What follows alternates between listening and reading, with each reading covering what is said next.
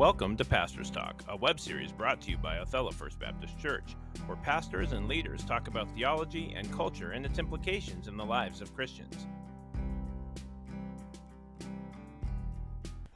All right, so David, another thing that we want to cover is how our videos are going to be categorized. We want to approach this as not just us spouting our opinions, because honestly, there's a whole lot of other people out there who have more interesting, more in-depth opinions than us. And there's honestly great videos out there on YouTube that we do want to recommend, and great books that we want to recommend through this.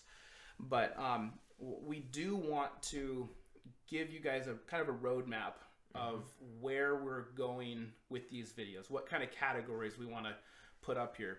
And like I said, it's not our opinion so much that we're trying to spout. What we're trying to get to is to the Word, so that we're understanding Scripture, letting Scripture speak for itself, and us covering how to categorize the knowledge of Scripture so that we can know it, learn it, and communicate it to others. And so I was just going to talk about the three main groups of theology, right? Which would be biblical theology. And you can think of this as a pyramid, right? So imagine a pyramid where at the base you have biblical theology. That we would say is the foundation for everything else. And what that means is that you know the Bible, you know the story and the themes of the Bible. And then on top of that foundation, you have this middle part of systematic theology. And I think people sometimes might get scared away with the idea of the word systematic, but all that means is it's looking at specific words and concepts and asking, how does the whole Bible teach us about this subject? It's taking a subject like sin or salvation and asking, what does the whole Bible teach us about the subject, so that we can define sin and be able to not have to obviously give somebody the entire story of Scripture just to communicate what sin is. We start with the story, and then we take the definitions, usually which are right out of Scripture, but we need to take all the verses, not just take our verse out of context, to define that concept. And so systematic theology is another category of videos that we'll have as well. Real quick on the systematic side, I think if you think of like our church's doctrinal statement, that is a form of a systematic theology. It's what we teach. It's categorized by headings, and then it says, here's what we believe, and here's the scriptural support for that. So that is, I guess, an example of a small systematic theology. Right. But it's very important to start with, if you're a new believer, don't just pick up a systematic theology book and learn everything from there, because systematic theology always has certain points of view in it. And what you really need to try to start with the most of, that's why it's the base, the biggest part is biblical theology. Just know the story, know what it says, get inundated with that. Then you can start looking at the themes and realizing that, testing different systematic theology and saying, yes, this is faithful and biblical. But on top of systematic theology, another category of video that we want to talk about is practical theology. That would be like the tip of the pyramid. And that really gets down to practical life. So that would be talking about how do you raise your kids, to marriage counseling. It's about counseling. It's about how theology impacts the way we live. It gets to the really how we worship in our lives, how we serve the Lord, how do we serve other people in light of theology. So that's, again, what we want to get to is theology is not a big, high, mighty word. It's all immensely practical. It's all meant to shape the way that we live. And then, David, you were talking in a fourth category that influences each one of those. That I think it will be interwoven throughout. It's kind of a thread, if you will, and that's the study of historical theology. So the development of thinking about God and the Bible throughout time, and how the things we believe today didn't just come in a vacuum.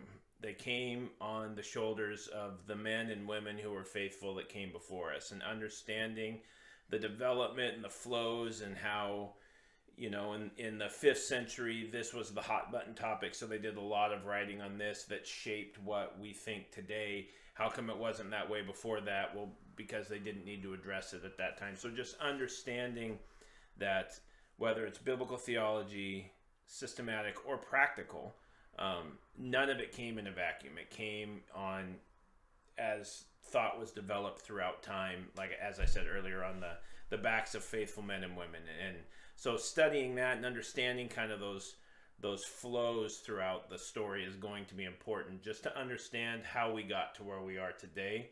And I really appreciated your point about the practical theology side of things. It's like any sermon.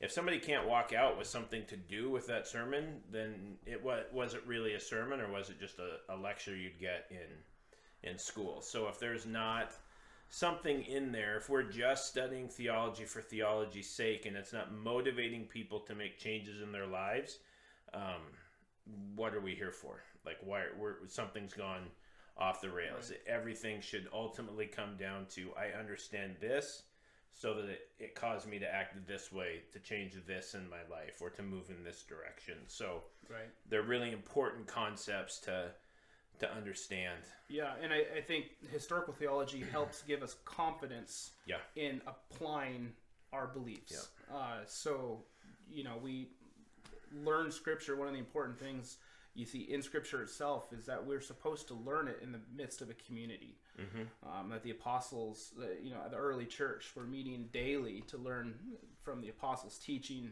They had fellowship, they ate together, they prayed together, and Scripture is something you interpret in the midst of a community. And we have the blessing of having 2,000 years worth of Christians.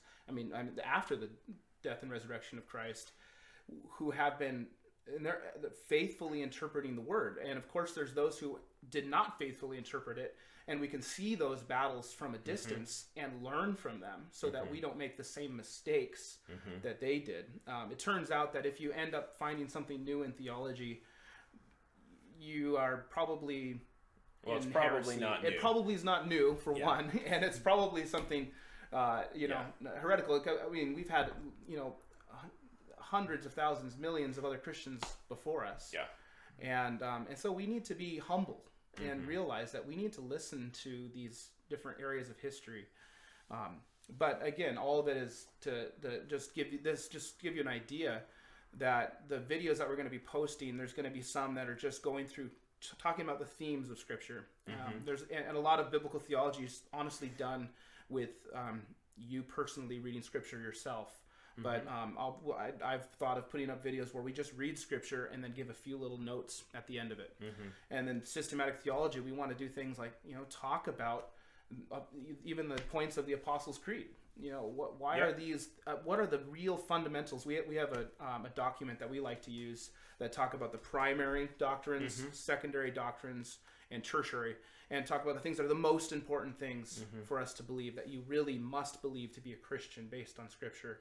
And then there's other things that are important but don't necessarily save you, but you have to have a way of being unified on baptism and things like that, to where we're on the same page and we're not disunified in our practice of those things. And then there's other things like the color of the carpet at church, which is just pure preference. But so again, a lot of these videos want the whole purpose of them is just to give us we want to be practical. We want to also make sure we get down to the depth as well, so that we're doing things as Christians based on our knowledge of God. Yep, I agree.